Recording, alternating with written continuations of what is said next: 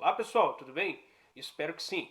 Eu sou o professor Tiago Bicalho Ferreira e neste canal discutimos assuntos relacionados à educação, gestão, tecnologia e teologia.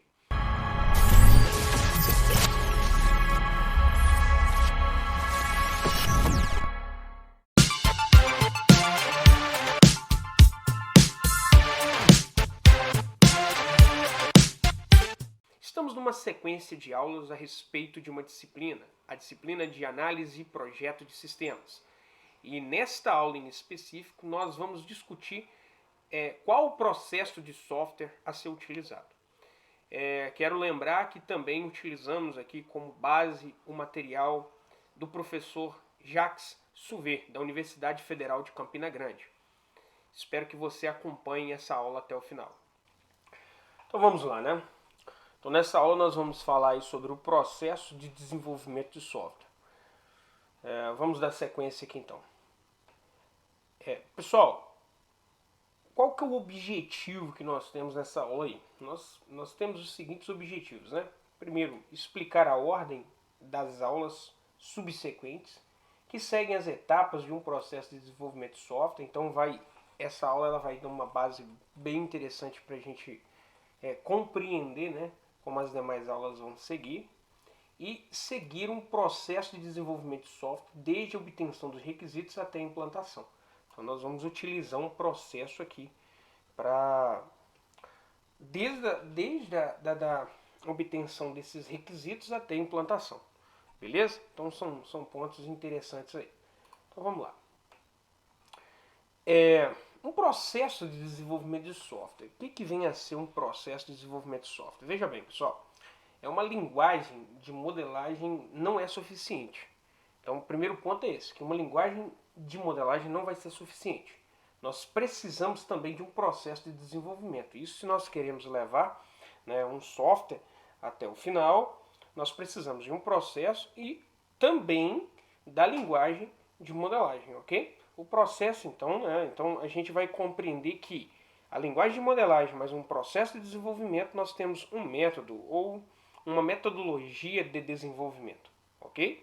Quando a gente une esses dois, a gente compreende isso aí como sendo um método, uma metodologia para que o desenvolvimento aconteça. Então, o que é um processo de desenvolvimento? O que é isso, professor? Quando o senhor fala assim, o que é um processo de desenvolvimento? O processo de desenvolvimento, pessoal, ele define quem faz, o que, quando e como para atingir um certo alvo. Essa é a ideia do processo de desenvolvimento. Então, nós veremos aí os detalhes de um processo ao longo da disciplina, ok? Então, nós temos uma aula de apresentação inicial aqui, mas ao longo da disciplina nós vamos ver esses detalhes. Por enquanto, nós temos aí só uma introdução. Essas aulas iniciais aqui são aulas introdutórias para a gente tentar entender o que vai acontecer ao longo da disciplina. Bom, as grandes fases de qualquer processo de desenvolvimento. Quais são essas grandes fases aí? Nós temos aí o planejamento e elaboração, nós temos a construção e nós temos a implantação. Nós vamos entender dessa forma como sendo as grandes fases. Então vamos falar um pouquinho aqui por alto sobre o planejamento e elaboração. Veja bem, pessoal, o planejamento, definição de requisito, a construção de protótipos, né, são etapas assim que você, dentro dessa parte de planejamento, dessa elaboração, você tenta compreender o software de uma forma mais entender, né, o que se pede, o que é que você vai estar fazendo, o que você vai estar trabalhando. Essa é a ideia quando nós estamos falando de planejamento e elaboração. Então, por isso que nós estamos aí numa definição de requisitos, na construção de protótipos para tentar entender, né, como o software ele vai funcionar, qual que é a ideia, para ter aquela noção inicial. Beleza? A parte de construção do sistema, ele vai incluir a própria codificação e teste, ok? Então vai envolver essa codificação e teste aí. Você vai ter que codificar, testar o sistema. E tem a parte também de implantação, que é aquela ideia de colocar em produção. É aquela ideia que envolve treinar usuários. Coisas do tipo. Beleza, pessoal? Isso aí são as grandes fases de qualquer processo de desenvolvimento. Ok? Então vamos tentar entender um pouquinho mais sobre essa fase de elaboração. Veja bem aqui. A fase de planejamento e elaboração. Vamos tentar entender um pouquinho mais a respeito dela aqui. Veja bem, pessoal, nós temos que criar, envolve-se o quê? Criar relatório inicial de investigação para construir, né, os casos do negócio, né, os business case, entendeu? Então nós desenvolvemos isso aí. Então nós temos dentro dessa fase essa atividade de criar esse relatório inicial, né, para construir assim esses casos do negócio propriamente dito, ok? Nós temos aí a ideia de levantamento de requisitos funcionais e não funcionais. Então precisa se levantar os requisitos funcionais e não funcionais, entender como o sistema vai funcionar. Nós temos aí a construção do glossário, né? Ao longo da fase vamos construir esse glossário. Nós vamos definir o modelo conceitual inicial, que é a análise inicial. Vamos projetar uma arquitetura e vamos priorizar a funcionalidade e distribuí-la entre as interações. Beleza, pessoal? Então observe que são atividades aí que a gente tem dentro dessa fase de planejamento e elaboração. Vamos detalhar agora, então, só para termos uma noção, a questão do levantamento de requisitos, né, que é muito importante. Nós vamos ter aí, na próxima aula, nós vamos falar sobre, nas próximas aulas, né, nós vamos falar com mais ênfase, porque existem técnicas para esse levantamento de requisitos, e é importante a gente entender a respeito disso aí. Então, detalhes sobre esse levantamento de requisitos. Primeiro a gente tem que entender que requisitos, o que eles são? São cortes no espaço da solução.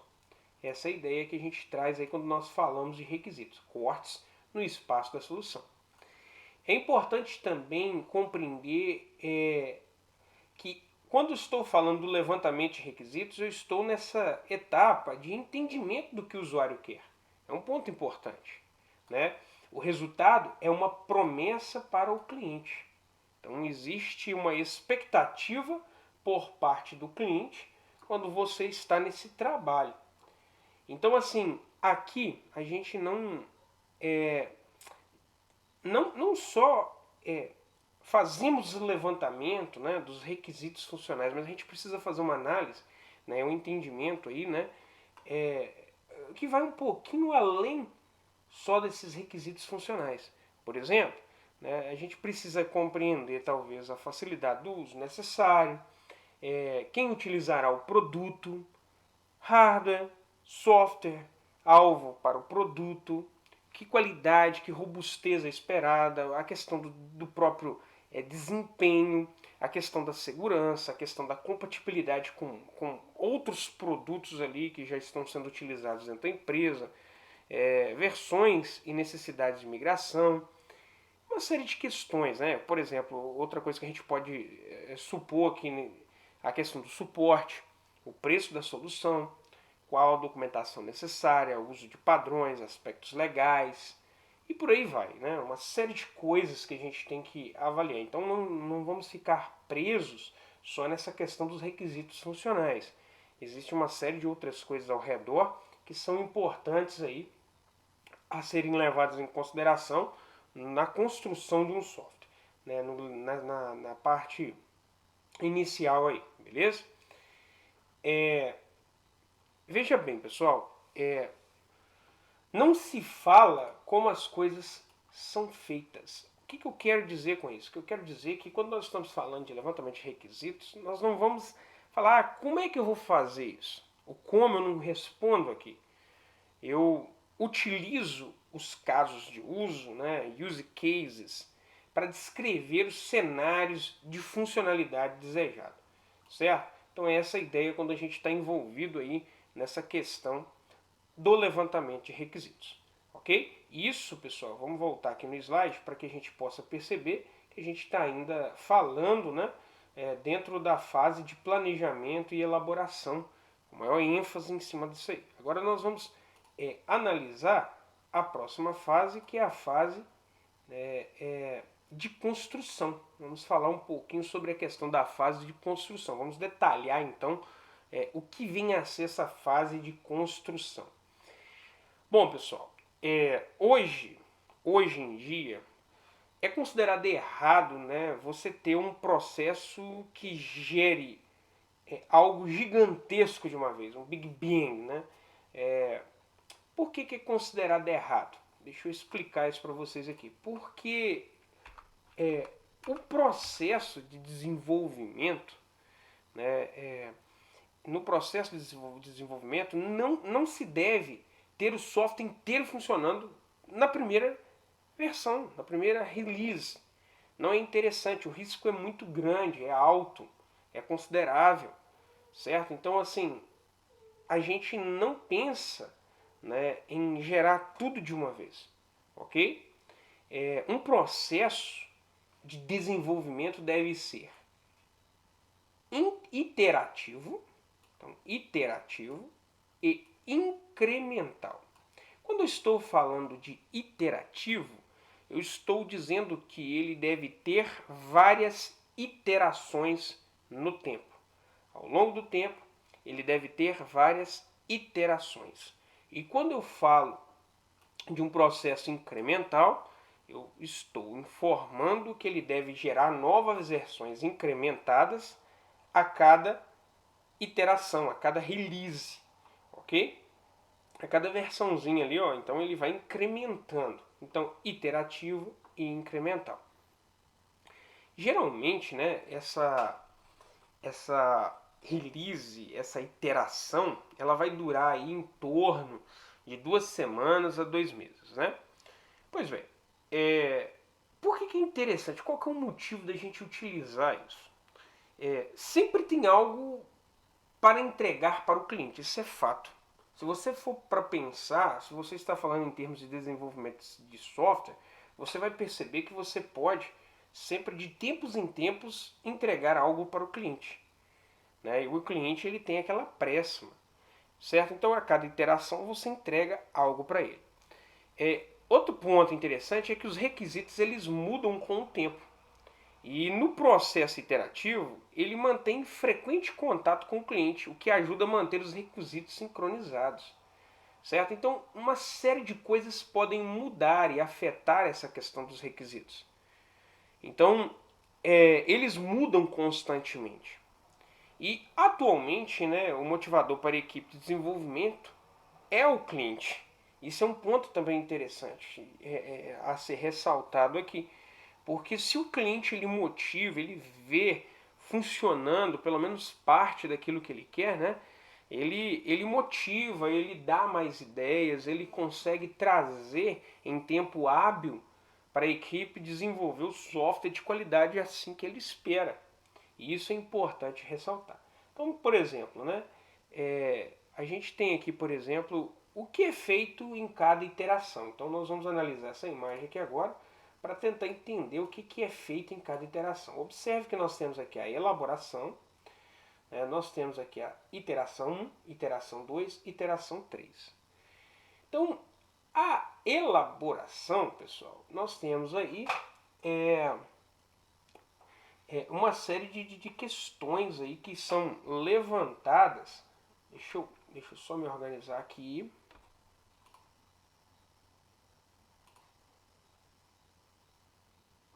Voltando aqui, né? A elaboração, por exemplo, você tem aí, se a gente for parar para pensar, nós temos aqui, ó, nessa parte, né, a questão dos casos do negócio, depois a gente tem os requisitos, nós temos a análise inicial, nós temos o projeto arquitetural e nós temos a priorização. Isso para dentro da fase de... Eu estou lendo aqui porque talvez não esteja bom a leitura para vocês. Então, priorização. Beleza? Nós temos aqui na interação 1 o detalhamento dos requisitos. Nós temos a análise Depois nós temos aí o refinamento, né, do projeto arquitetural. Em seguida temos aí o projeto de baixo nível, seguido de codificação, teste e transição. Observe então que nós temos uma parte de detalhamento aqui. Essa parte ela tem que ser levada em consideração, certo? Um projeto de baixo nível. Depois a gente tem a parte da implementação, que envolve a codificação e o teste. E temos aqui, né, essa transição. O que eu quero dizer a respeito disso? Quando eu estou falando da análise, dessa parte de análise, nós estamos falando do refinamento dos requisitos e refinamento do modelo conceitual, ok? Quando eu já passo para essa parte do projeto, né, estou falando de um refinamento do projeto arquitetural, então vou fazer aí um trabalho em cima desse projeto arquitetural e depois, né, um refinamento também em cima desse projeto de baixo nível, um trabalho em cima desse projeto de baixo nível. Quando eu já passo para a parte da implementação, isso para cada iteração, tá pessoal? Isso para cada iteração, eu estou envolvido aí com a codificação e teste. E depois eu tenho a parte da transição, né, que vai trazer aquela ideia de documentação, instalação e uma série de outras coisas que são apresentadas aí no momento de transição, em que você vai pegar aquela iteração, aquela release, aquela versão e apresentar para o seu cliente, ensinar para o seu cliente, ok? Então, cada iteração ela vai passar por esses processos aí. Cada iteração ela vai estar envolvida nesses trabalhos. Você vai ter que desenvolver esse trabalho, a sua equipe vai ter que desenvolver esse trabalho. Isso vai repetir para a iteração 1, para a iteração 2, para a iteração 3, e ao longo do tempo isso vai acontecendo. Beleza, pessoal? Então vamos lá. Então, quando a gente está falando dos detalhes da análise, né, vamos dar continuidade aqui para a gente entender melhor esse assunto. A análise ela gera um modelo para entender o domínio do problema. A análise ela também trata em alto nível de como uma solução possível pode ser montada para atender os requisitos. Quando a gente está falando de análise, a gente está dizendo a respeito disso, né? Isso acaba gerando uma especificação, mas sempre do ponto de vista do usuário e tratando apenas do domínio do problema, certo? Então, quando eu estou trabalhando com essa questão de uma solução possível, estou verificando dentro da análise aí o ponto de vista desse usuário, né? Tratando apenas o domínio do problema. Então, na análise, então, não trata da parte, dos detalhes de implementação, ok? Repetir aqui, né, os objetos tratados são sempre do domínio do problema, né, são objetos do negócio, né, e muitos diagramas da UML, vou corrigir aqui de uma vez, deixa eu corrigir isso aqui, e muitos diagramas da UML podem ser usados, beleza? Eles podem ser usados aí ao longo desse trabalho, né? O modelo ele é para o cliente, não para o programador.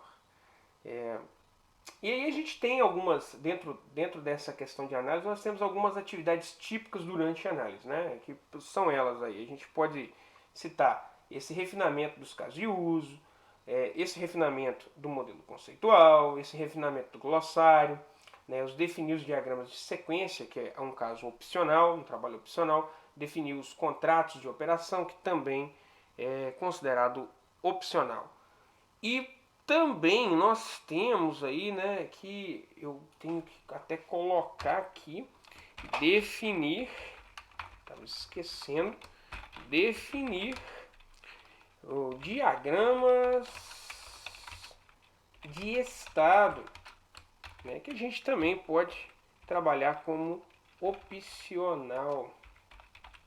Ok? Nessa disciplina aí nós podemos trabalhar como sendo opcional. Beleza, pessoal? Isso aí é o detalhe sobre a análise. Aí agora, quando a gente vai falar em detalhes do projeto, o que a gente pode tratar quando a gente está falando dos detalhes do projeto? Primeiro que o projeto ele é uma extensão do modelo de análise visando sua implementação no computador. Então o projeto ele trabalha com essa ideia. Ele é uma extensão do modelo de análise, ok? Novos objetos eles aparecem, mas não são do domínio do problema. Então nós temos objetos que vêm do domínio do problema e nós temos novos objetos que vão aparecendo que não pertencem ao domínio do problema, ok? O resultado é para o programador ver e não para o cliente. Então nós temos essa ideia aí, ó, quando a gente está trabalhando com esses, com a parte de projeto em si, com esse desenho para o programador, ok? É um ponto interessante. Objetos de análise são geralmente mantidos e são embutidos numa infraestrutura técnica. O que eu quero dizer com isso? Eu quero dizer que esses objetos, né, eles são embutidos dentro da infraestrutura técnica. E quando a gente está falando dessa infraestrutura técnica, nós estamos falando de classes técnicas que ajudam, né, o negócio, os objetos do negócio a serem persistentes, se comunicarem, se apresentarem na interface do usuário, terem um desempenho aceitável usando caches ou threads, por exemplo. Né? São pontos aí que favorecem bastante isso aí. E temos aqui como sendo as atividades do projeto, incluindo, né, a fase do refinamento, ok, da arquitetura, que nós estamos falando de um alto nível de desenho, né, envolvendo aí a definição de pacotes, módulos, alto por isso mesmo, né? Você pode perceber no projeto, você pode desenhar lá pacotes, como é que vai comportar esses aqui em diagramas de pacote, como é que vai ser em módulos, né? Interface entre esses pacotes, como é que um pacote vai se relacionar com o outro, né? Envolve a decisão sobre o uso ou até mesmo a criação de bibliotecas e outros componentes. Então a gente chama isso aí de alto nível de desenho, ok?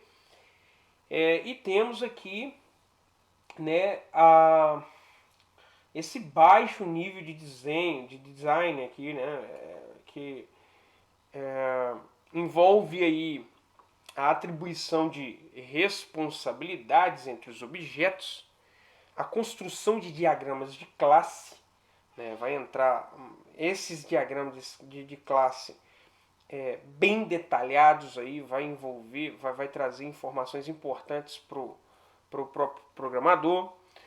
Pode incluir também a questão de uma documentação Javadoc, por exemplo, que é um ideal, né, quando você trabalha com documentação do próprio Java. Se você estiver utilizando a linguagem de programação Java, envolve a construção de diagramas de interação, que pode trabalhar de forma opcional, levantamentos de necessidades de concorrência, posso citar mais aí a considerações de tratamentos de faltas, podemos citar o detalhamento do formato de saída, por exemplo, a interface com o usuário, os relatórios, como vai acontecer as transações enviadas para outros sistemas.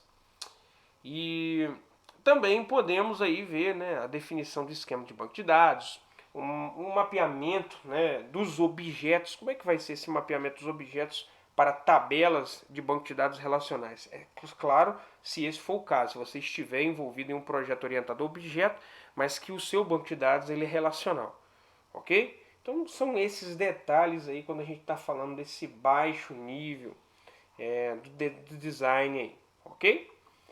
E também podemos falar por último aqui sobre os detalhes da implementação e os detalhes do teste. Vamos citar, né? Por exemplo, aí a escrita do código é relativamente simples se o projeto tiver sido bem feito. Isso é fato, tá, gente? Se você conseguir desenvolver um projeto bem feito, bem elaborado, a escrita do código é relativamente simples. Os programadores devem normalmente seguir regras de codificação da empresa. Então, é um ponto também interessante, né? Existem alguns padrões da própria empresa que são estabelecidos, então são detalhes que você tem que ficar atento aí quando for fazer a implementação. E essa atividade aí, né, da implementação, ela também inclui essa revisão de código, tá ok? E nós temos nessa fase aqui do projeto poucos aí diagramas envolvidos nessa fase, né? E é importante deixar bem claro que quando nós estamos falando de implementação, nem sempre é muito positivo chegar muito rápido nessa fase. Tá ok? Porque se chegar muito rápido e perder a questão da qualidade, pode ser um pouco complicado. Ok? Bom, deixa eu ver mais alguma coisa aqui a respeito disso. Não, beleza. Vamos agora então falar sobre os detalhes sobre os testes, né? O que a gente vai ter de testes aí, o que é importante a gente perceber, né? Nós temos aí que os testes, eles incluem várias fases, né? Nós temos testes que são feitos pelo programador, que são testes unitários, né? Testes de classes individuais ou de grupo de classes relacionadas, né? Que podemos citar. Testes de funções, né? O programador ele pode lá muito bem fazer esse teste em funções inteiras, itens do menu, por exemplo. Testes de componentes, né? Testar componentes inteiros, aí o próprio programador também pode fazer esse tipo de teste, né? Executáveis, DDL, sem ou com pouco aí scoping.